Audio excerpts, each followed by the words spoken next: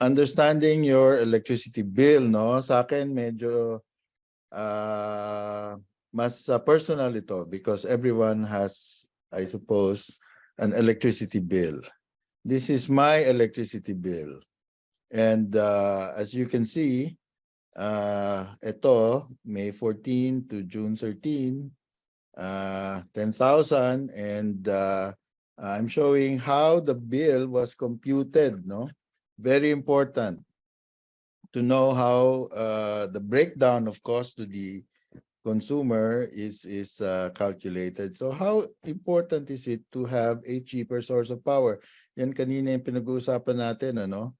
And here I'm showing certain the same information, the cost for the month, the number of kilowatt hours, and makikita natin in our current Meralco bill a history of our monthly consumption over the past year and our current consumption. Makikita natin where we can compare it with the previous month, no, as shown.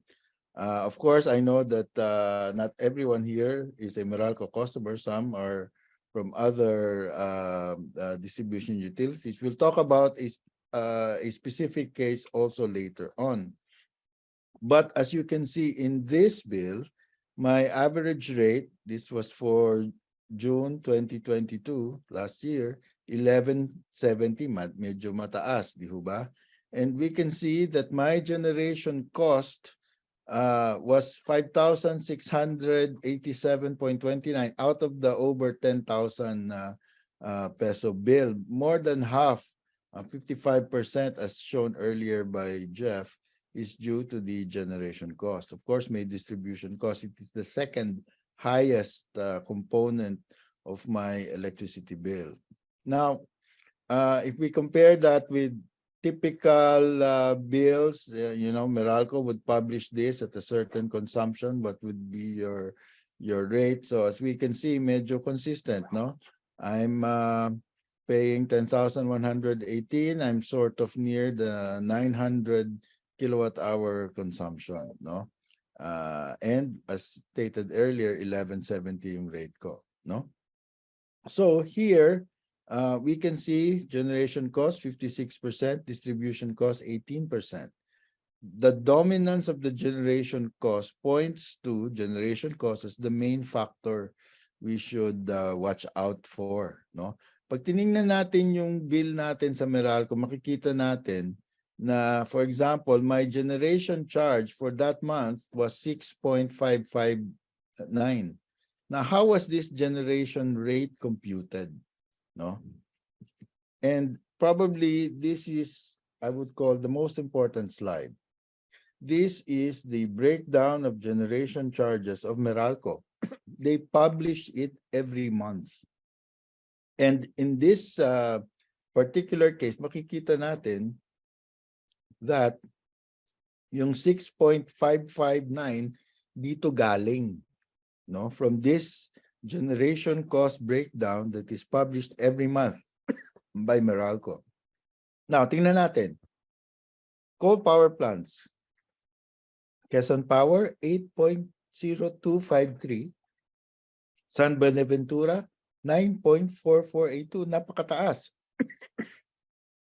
Bakit? Because in our regulatory framework, may automatic fuel cost pass-through. Coal power plants import coal, pagtaas, they are immediately reflected in our bills. Sabihin nyo, Bert, bakit yung San Miguel mura, 4 pesos lang? Di ba yan yung kaso they presented to the ERC? They want to change yung result of the 2019 bidding, sabi nila, fixed price ang nagbid, tumaas ang presyo ng coal. Now they wanted to change that, hindi sila pinayagan ng ERC, no? But today, coal prices are at an all-time high. Tingnan natin, since the Russia invasion of Ukraine, 8 times increase na ang coal. 8 times. Dati, there is a notion that 4 pesos per kilowatt hour lang ang coal. Half of that fuel, half of that all the other costs. So kung 8 times increase na, Therefore, yung 2 pesos component dati, 8 times na nag-increase yun. So 16 pesos, maka 18 pesos na yung ano, no, at the maximum rate.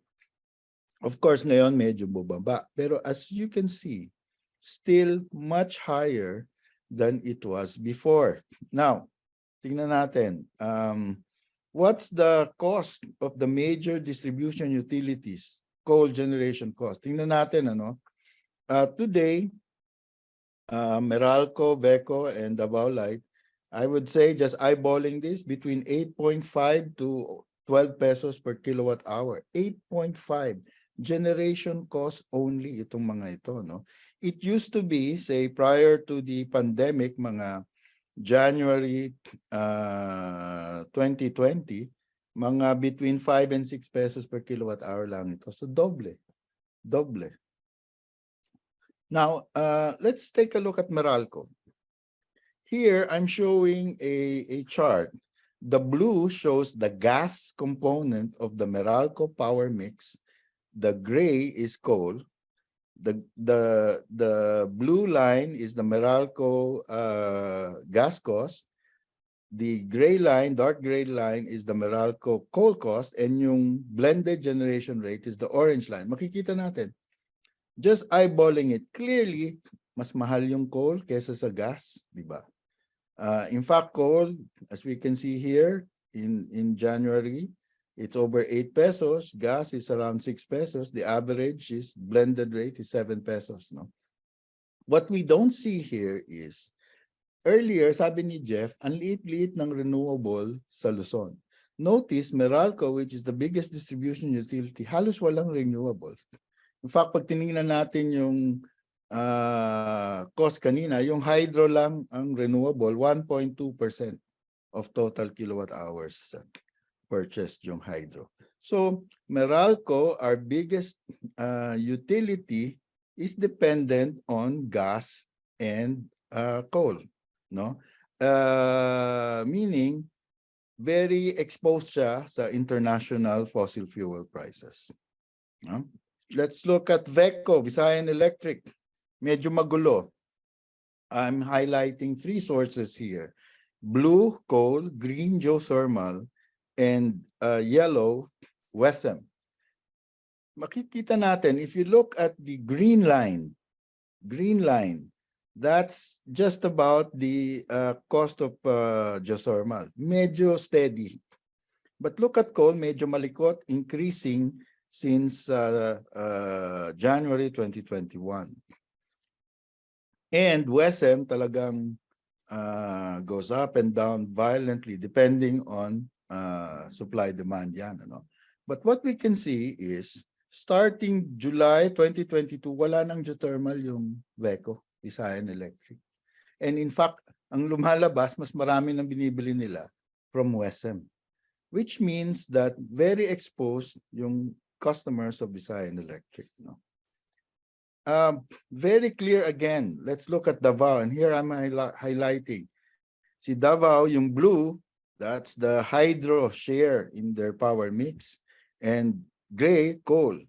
Notice na yung coal, yung dark gray line, pataas ng pataas ng pataas. Pero kita mo yung presyo ng hydro. Steady lang, around between 3 and 4 pesos per kilowatt hour, which we read from the right axis. No? Yung coal ng Davao is around 12 pesos per kilowatt hour in January 2023, February. No? So yung blended rate is around 7. But see the huge disparity of Davao Light. Hydro versus coal. Then, sa Palco, here again, dati sa Palco, ang laki-laki ng hydro share, maliit yung coal, but between 2017 to say middle of 2018, nag-ano siya, crossover na siya. Mas malaki na yung kanyang coal share, no? And mas lumaki yung kanyang blended rate. Today, well, not today, but May 2022, it's even higher today, over 10 pesos per kilowatt hour na yung blended rate of Sepalco. Now, let's analyze ISECO bill, no? I translated that into this table, no, spreadsheet table. And you can see generation cost 428.52, 68.2% in their case yung generation cost, no? And 47 kilowatt hours lang siya, no? So generation cost is dominant. Two-thirds of the bill is generation cost. Now, as we said earlier, this is dependent on the type of power plant under contract. So yung generation cost of ISECO of 9 pesos, 11 centavos per kilowatt hour, much higher than Meralco as expected because Meralco, Veco, and Davao Light are the largest. And therefore, you would expect they would be in a better position to negotiate for their contracts. No? Now, at 47 kilowatt hours, this household would be in the subsidized rate if they were a Meralco customer, but they're not. So a Meralco customer consuming 50 kilowatt hours will be charged 274.68 with an average rate of 5.4936. Their average rate is 13.37, no? Which means na talagang may advantage of being, say, in a Meralco area, a large utility, a better cost of power. No, I'd like to talk to you again because all of you are paying your electrical customers. No, as we can see, I focused earlier on the breakdown of generation charges. No, hindi po madaling makuha to. Unlike sa Meralco, they publish it every month. But all of the other distribution utilities do not have the same religious habit of publishing this breakdown of generation charges. I challenge everyone here. Why don't you ask, as a consumer, ask for the breakdown of generation charges of your distribution utility?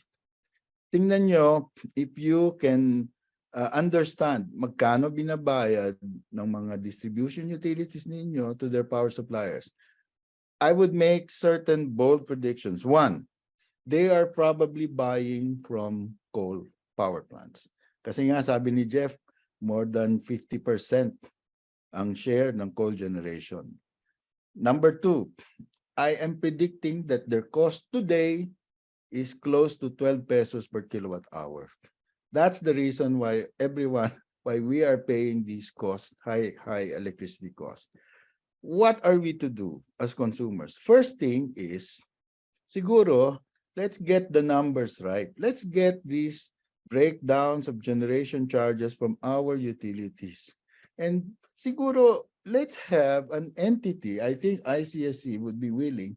Why don't you send us this kind of information so that we can have a database of these costs from your distribution utilities, and so that we can understand precisely on a case-to-case, DU by DU, distribution utility basis, by distribution utility basis, paano natin mapababa or at least maintindihan kung ba't ang laki-laki ng binabayaran natin.